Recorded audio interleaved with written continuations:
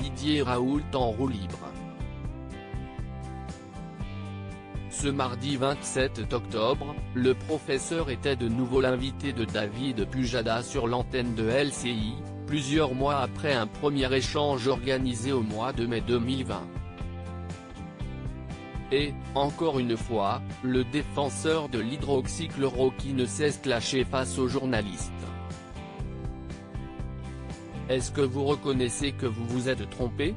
A attaqué l'ex-présentateur du journal télévisé de 20h de France 2. Ce à quoi le directeur de l'IU Méditerranée Infection de Marseille a riposté.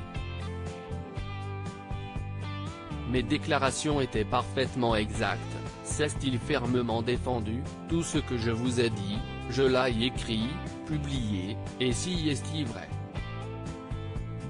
Vous ne savez pas le dixième de ce que j'ai fait dans cette crise, vous avez tort, vous avez profondément tort. Virulent avec les journalistes, Didier Raoult s'est ensuite emporté avec violence, toujours face à David Pujadas, cette fois-ci au sujet d'un reconfinement qui tardait alors encore à être annoncé par Emmanuel Macron. L'infectiologue a alors dénoncé une dramatisation perpétuelle du coronavirus. Moi, je ne veux pas faire peur aux gens.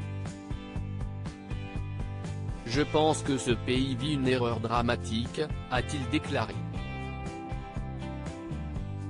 Et de poursuivre avec véhémence lorsque son interlocuteur lui a rappelé la recrudescence violente des cas de coronavirus dans l'Hexagone. Vous êtes tout fou, vous êtes devenu tout cinglé, vous n'avez pas à me dire si je dois être pessimiste ou optimiste. Des propos alliés à des rires moqueurs et diverses interruptions de David Pujadas.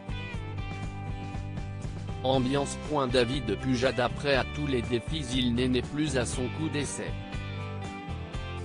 En effet, le mardi 26 mai 2020, Didier Raoult n'avait pas été plus tendre avec David Pujadas.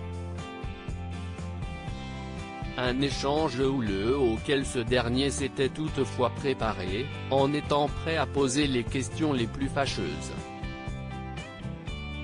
Je ne vais pas aller là-bas sur la pointe des pieds. J'ai l'intention de mettre tout sur la table et Didier Raoult aura le temps de s'expliquer sur tous les sujets, expliquait le présentateur dans les colonnes du journal du dimanche. Mais si David Pujadas, entre autres journalistes taclés par Didier Raoult, gardent leur sang-froid face à ce tempérament de feu, cette personnalité excentrique et controversée n'est pas parvenue à impressionner Jean-Jacques Bourdin qui lui a tenu tête en juin 2020.